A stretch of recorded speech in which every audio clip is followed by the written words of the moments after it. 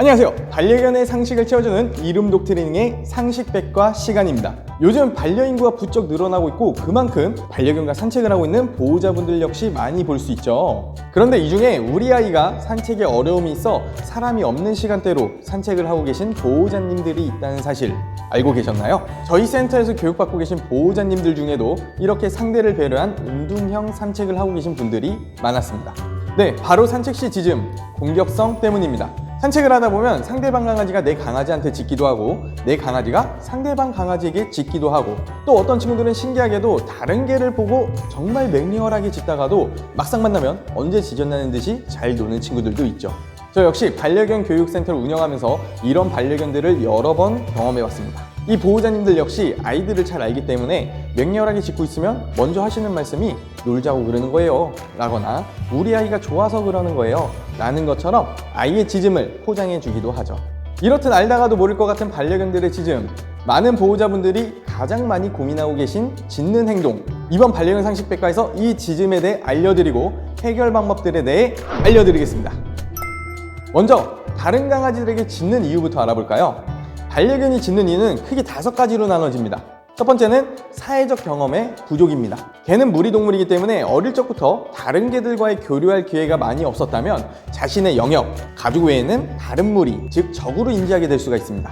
야생의 늑대들 역시 자신의 무리를 제외한 다른 늑대가 영역에 침범하면 자신의 무리를 지키기 위해 맹렬하게 싸우고 침범한 적을 쫓아내야 하죠. 그러기 위해 순찰을 도는 무리 행동을 하기도 합니다.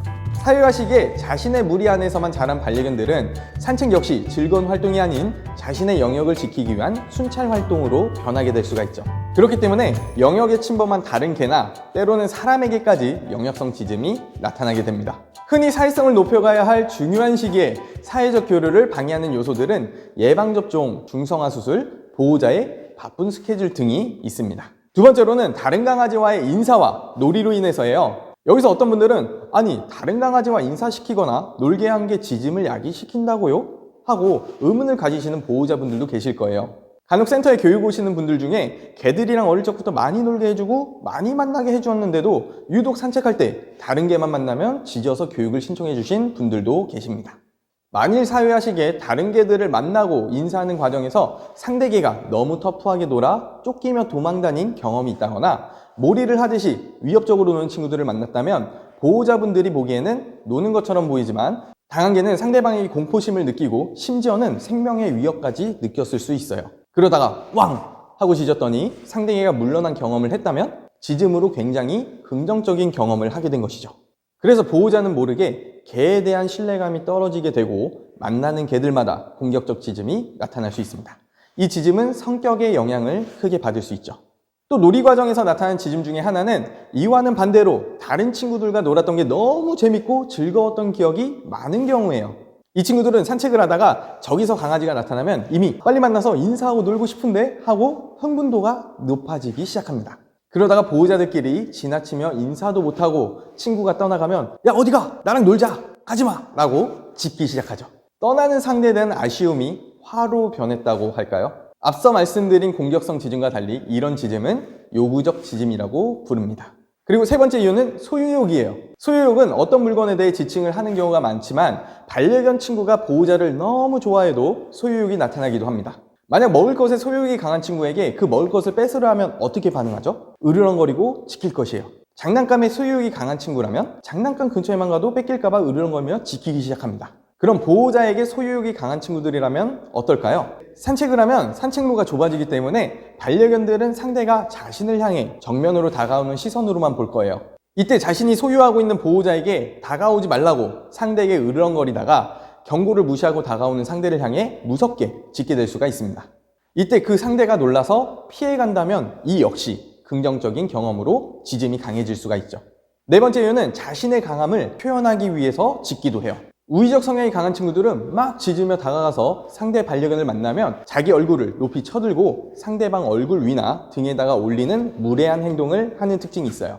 이때 상대방이 수그러들지 않거나 거절 의사를 표현하면 갑자기 공격하는 행동을 보이기도 합니다. 이런 우위적 짖음은 공격 행동으로 이어질 수 있기 때문에 항상 주의해 주어야 한답니다. 그리고 마지막으로 5번째는 자신을 노출시키기 위한 짖음이에요. 이는 영역성과 중복되는 부분이 있는데 상대 동물에게 나 여기 있어. 여긴 내 구역이니까 다가오지 마. 하며 미리 경고를 주는 형태의 짖음이에요.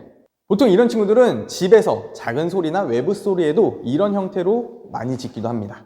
목청껏 크고 길게 짖어서 상대에게 마치 여기에 강한 대상이 사는 것처럼 혼란을 주기 위한 본능 행동 중 하나로 볼 수 있습니다. 다른 개를 보며 짖는 이유들이 이렇게 다양하답니다. 그래서 반려견 행동 교정이 어려운 분야 중 하나이고, 많은 경험과 지식 없이 교육을 한다면 오히려 잘못된 교육 방법으로 아이들의 행동을 강화시킬 수 있어요. 짖음에 대한 솔루션에 들어가기에 앞서 항상 이름은 우리 구독자분들이 상식백과를 통해 훈련사에 많은 지식을 얻었으면 하는 바람으로 영상을 만들겠습니다. 주변에 도움이 필요한 분들에게 추천! 그리고 여러분들의 구독과 좋아요는 큰 힘이 되어 영상에 고스란히 녹아들 것이에요.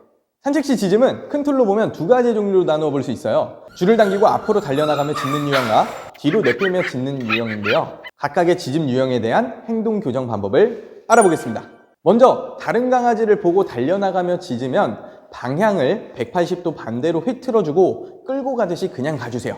반대 방향으로 틀어도 아이가 고개를 돌려 상대에게 짖던 것을 포기하고 따라오면은 그때 보상을 이용해서 안자를 시키고 제공해 줍니다. 이는 보호자의 리드를 따르게 하는 밑바탕 작업이라고 볼 수 있어요. 반복적으로 하다 보면 처음보다 다른 개를 봤을 때 짖음이 빨리 멈추고 보호자가 가는 방향으로 따르게 되는데요.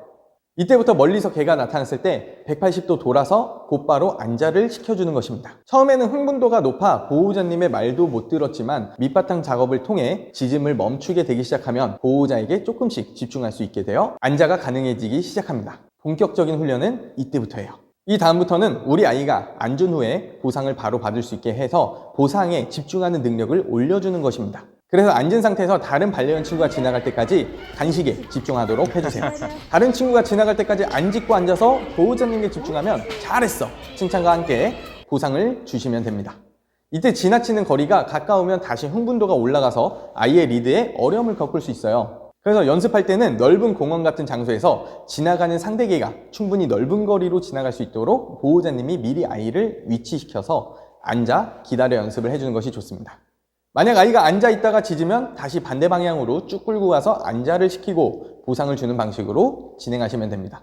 이 과정을 반복해주면서 보호자님에게 보상받기 위해 다른 개가 지나가도 집중하는 능력이 높아진다면 이후부터는 지나가는 상대 개를 힐끗 볼 때마다 보상을 주어 다른 개가 지나가면 좋은 일이 생긴다는 것을 알려줄 수가 있습니다.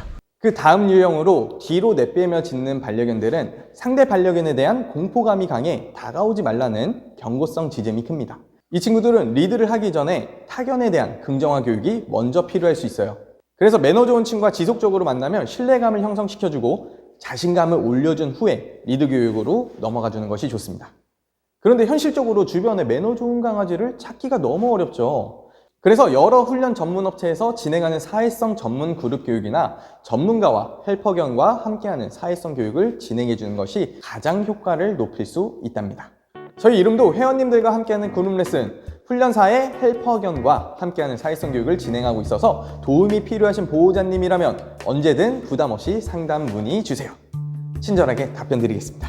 지금까지 산책하면서 다른 강아지를 보고 짖는 행동의 종류와 이유, 해결 방법에 대해 알아봤습니다. 이름은 항상 보호자님과 반려견의 행복을 위해 더 열심히 달리겠습니다. 감사합니다. 안녕!